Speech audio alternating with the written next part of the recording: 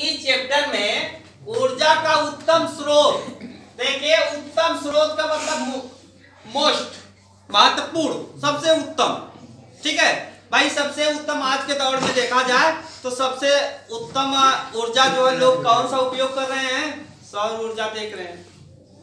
माने लाइट से भी छुटकारा है, बैटरी से भी छुटकारा है जी। सौर ऊर्जा का उपयोग कर रहे हैं।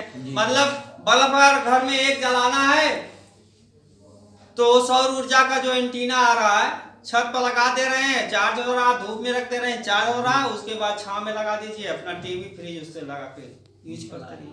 तो सबसे उत्तम स्रोत तो सौर ऊर्जा का उत्तम स्रोत। लाइफ जीवन में देखा जाए तो बहुत से ऊर्जाएं हैं जी। हमारे अंदर भी ऊर्जाएं हैं, आपके अंदर भी है, प्रकृति की ऊर्जाएं भी हैं, वायुमंडल में भी ऊर्जाएं, तमाम प्रकार की ऊर्जाएं होती हैं। उसमें देखा गया जैसे हमारे अंदर हम भोजन करते हैं, भोजन करने के बाद हमारे शरीर में भोजन जाता है, 8 घंटे उसको पचने में लगता है और 8 घंटे में हमारे पास ऊर्जा उत्पन्न होती है, जिसमें कहा जाता है विभिन्न प्रकार के हार्मोन तैयार होते हैं। पेप्टाइड होता है, पेप्टोज होता है, मल्टोज होता है, सक्रोज होता है, प्रोटीन होता है, ये सारे अम्ल हमारे शरीर में निर्माण होते हैं। अभी देख लीजिए हमारे शरीर में विभिन्न प्रकार के हैं अंग, आंख है, कान है, नाक है, मुंह है ना, और अंग हाथ है, पांव है, इनको भी ऊर्जा जरूरत है भाई। आंख को भी ऊर्जा जरूरत है। अभी कहा जाता है कि रतौंधी हो गई तो आदमी को दिखाई नहीं देता, धुंधलापन दिखाई देता है ना, तो क्या जरूरत पड़ जाती है? किस कमी से रतौंधी रोग होता है? विटामिन ए की कमी से। विटामिन ए की गोलियां हम लेते हैं बाजारों से, तब हमारे आंख का जो है रोशनी बढ़ जाती है। ठीक उसी तरह से हम बहुत दुबले पतले हो गए, कौन सा रोग हो गया? रिकेट्स रोग हो गया, ठीक है ना। तब उसमें हम भोज्य पदार्थों का सेवन कर, जैसे फल फ्रूट वगैरह, मांस, अंडे, दूध है ना, ये सेवन करते हैं ताकि हमारे शरीर में विटामिन हो जाए। और जब उससे भी नहीं पूर्ति होती है तो हम डॉक्टरों से सलाह लेते हैं। डॉक्टर हमको सिरप लिखता है, मल्टीविटामिन का टैबलेट देता है ना, वो विटामिन हम खाकर हर्ष खुश हो जाते हैं। देखिए विभिन्न प्रकार का रोग हमारे शरीर में ग्रसित होता है, वह क्यों होता है? उसमें विटामिन का ही कमी होती है। विटामिन कमी हो जाएगी तो हमारे विभिन्न प्रकार के हमारे पास रोग आना शुरू कर देंगे, और उन रोगों से मुक्ति लेने के लिए हमें पौष्टिक तत्वों की आवश्यकता होगी। अब पौष्टिक तत्वों की आवश्यकता होगी तो संतुलित भोजन हमें जरूरत पड़ेगी। संतुलित भोजन में आपका सारे भोज्य पदार्थ आ जाते हैं। लेकिन भाई देखिए आप लोग गांव के रहने वाले हैं, ठीक है ना, आप लोगों को संतुलित भोजन कहाँ मिलेगा? खाली एक ही चीज से मिलता है, खाद्यान्न।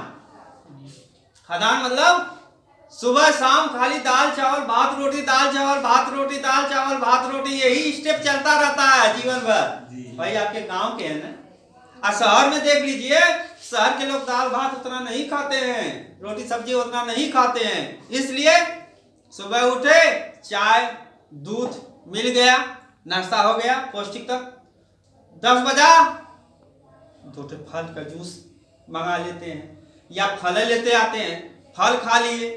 फिर 11-12 बजा एक चपाती खा लेते हैं, चपाती मतलब रोटी, हल्का सा सब्जी, दलिया।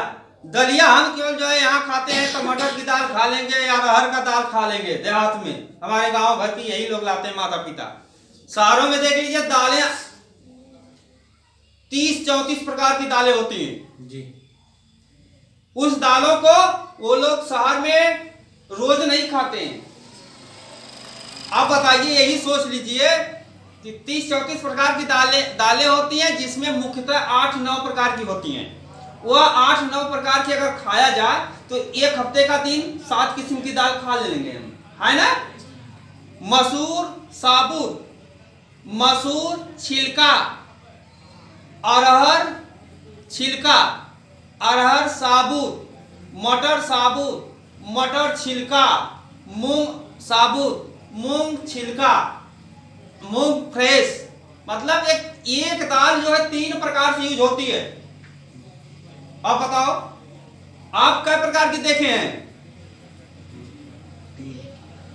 एक ही प्रकार की दाल है तो दाल ही है, लेकिन नहीं, दाल 3 प्रकार की होती है। एक दाल 3 प्रकार की होती है। जैसे मूंग देखे हैं सभी लोग, उड़द देखे हैं ना, तो उड़द में 3 दालें बनती, कौन कौन सी? पहला देखें, साबुत उड़द की दाल बनाकर खाई जाती है, एक स्टेप। दूसरा, उस उड़द की दाल को 2 फाड़ कर दिया जाता है, 2 भाग से, लेकिन उसके जो छिलका उतारा नहीं जाता है, उसमें तेल मसाले गर्म यूज होते हैं। तो एक दूसरा आइटम हो गया। तीसरा आइटम होता है उसको एकदम हम जो मशीन से जब उसको धुलवा देते हैं तो खोखला अलग हो जाता है। जिस तरह से चावल हो जाता है साबित एकदम, उसी तरह से वह दाल साबित हो जाती है। तीसरा आइटम वो है, उसको बनाकर हम यूज करते हैं। उसी तरह मसूर का भी है, उसी तरह मूंग का, उसी तरह उड़द का है, उसी तरह चने का है, उसी तरह मटर का है। मतलब अब देखिए, एक दाल के 3 आइटम जब निकल रहे हैं तो कितनी दालें हो गई? बनाने का तरीका, गांव में है, पानी डाल दीजिए, 1 चम्मच हल्दी डाल दीजिए, नमक डाल के हिट दीजिए, खाली यही होता है ना, और बना के जो है परोस दीजिए। नहीं, शहरों में एक ही दाल 3 आइटम से 3 प्रकार से बनती है।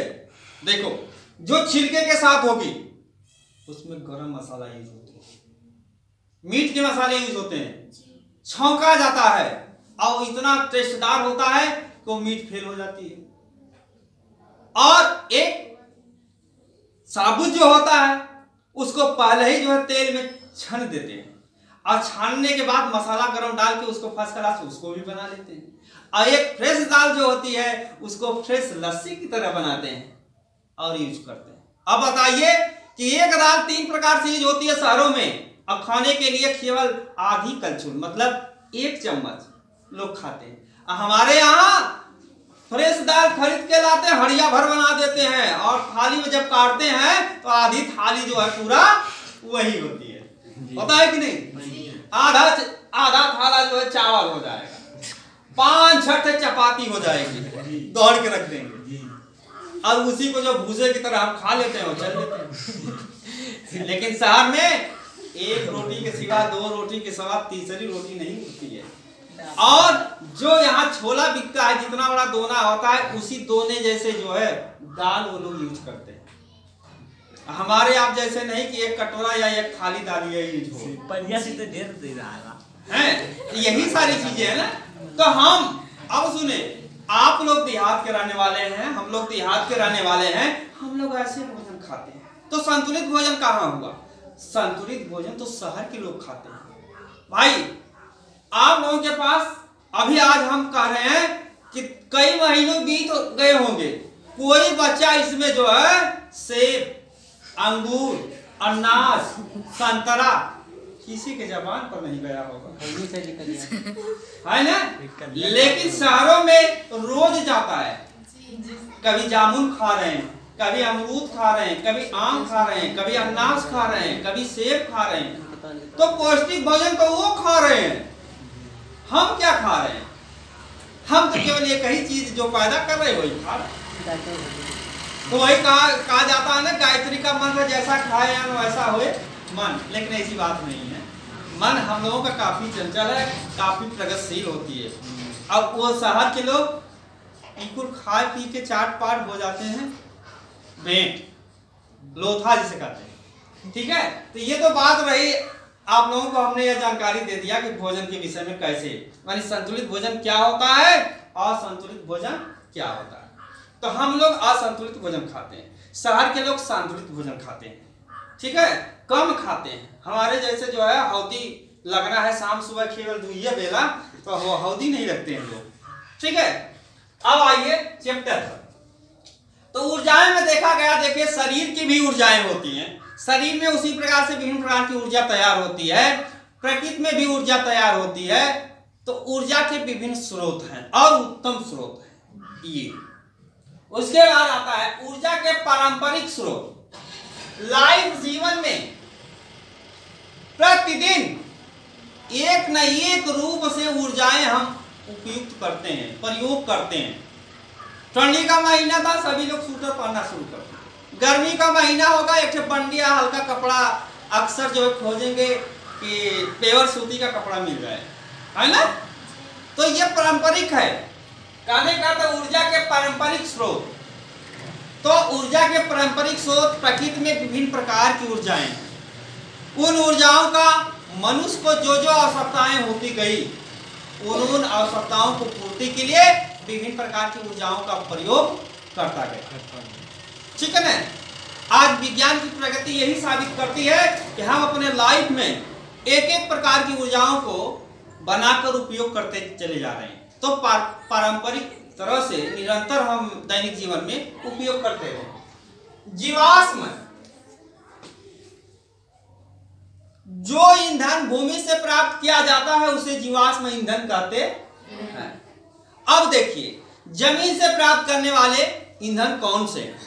आपका कोयला, पेट्रोल,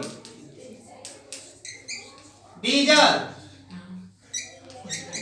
मिट्टी का तेल माने किरासिन का तेल, ठीक है, और विभिन्न प्रकार के तेल हैं, गैस हैं, है ना, जो जीवाश्म के रूप में प्रयोग किए गए। मतलब जो पदार्थ भूमि से उपयोग किए जाते हैं, भूमि से निकाले जाते हैं, उसे हम जीवाश्म ईंधन कहते हैं। जैसे कोयला, पेट्रोल, डीजल, मिट्टी का तेल आदि भिन्न भिन्न है, धातुएं भिन्न भिन्न है। अरे कॉपर है, लोहा है, एल्युमिनियम है, ये सब क्या है? भूमि से निकलती है, ठीक है ना। सिल्वर है, निकिल है, मैग्नीज है, एबोनाइट है, कार्बोनाइट है, ठीक है, विभिन्न प्रकार के पदार्थ हैं। ये सब भूमि से ही उत्पन्न होते हैं, भूमि से हम प्राप्त करते हैं, जिसे हम जीवाश्म ईंधन कहते हैं। बात आ गई समझ में? अब देखो, तापीय विद्युत संयंत्र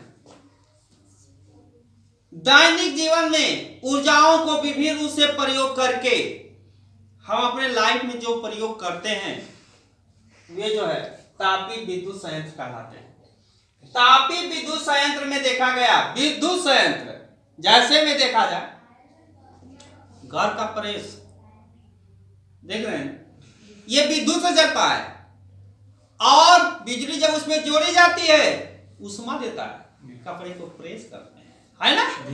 और उसी तरह से देख लीजिए खाना बनाने वाला हीटर लगा दीजिए, खाना बनना शुरू हो गया हीटर से। इतना ही नहीं, अन्य विभिन्न प्रकार के कार्य है। कल कारखानों में चले जाइए, फैक्ट्रियों में चले जाइए, बड़ी बड़ी मशीनें हैं, बिजली लग जाती है और उससे मशीनें चलना शुरू करती हैं, तापीय संयंत्र का प्रयोग करते हैं। जैसे देखा जाए, बहुत से देख रहे हैं करीब 70-80% जो है प्लास्टिक की चीजें आज के दैनिक जीवन में उपयोग किया जा रहा है ना।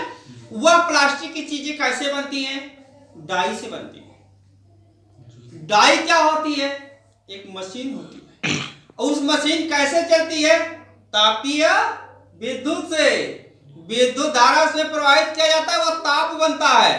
ताप में प्लास्टिक जो है पिघलकर द्रवी पदार्थ बन जाता है, और जब उसको मशीन में सांचे में डाला जाता है तो सांचा बनकर इधर निकलने लगता है। जैसे कुर्सियां हैं, चेयर हैं, पक्कड़ है, भिन्न भिन्न है सामग्री, जितनी चीजें हैं प्लास्टिक के देखते हैं, बॉडी है, कंस्ट्रक्शन है, तमाम तरह के हैं।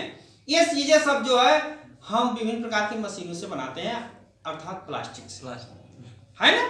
तो वो डाइयां देखिए, आप लोग तो डाई नहीं देखे हैं, हर चीज की डाई है, हर चीज की डाई है। डाई आप लोग समझते नहीं है। डाई एक ऐसा संयंत्र बनाया जाता है जो लोहे का होता है, उसमें निशान बनाया जाता है। जिस तरह से आप देखे हैं गांव में कुम्हार का चाक देखें, कुम्हार अपने चाक पर जो है लगाकर दिया और भरपा गगरिया जो करता है अपने हाथों से सवार कर, है ना। उसी तरह से डाई आती है।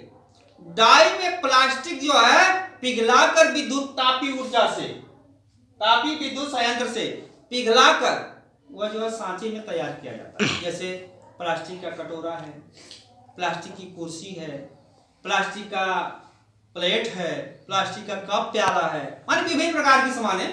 लोहे के हैं तो लोहा भी पिघलाया जाता है, लोहे पिघलाकर स्टील के बर्तन थाली वगैरह देखते हैं दैनिक जीवन में। सारी चीजें जो है तापी विद्युत यंत्रों के माध्यम से, ये तापी विद्युत संयंत्रों के माध्यम से तैयार किए जाते हैं, ठीक है ना। इसके बाद जल विद्युत संयंत्र, हमने देखा है सुना है हमारे देश में 12 परियोजनाएं चालू हैं।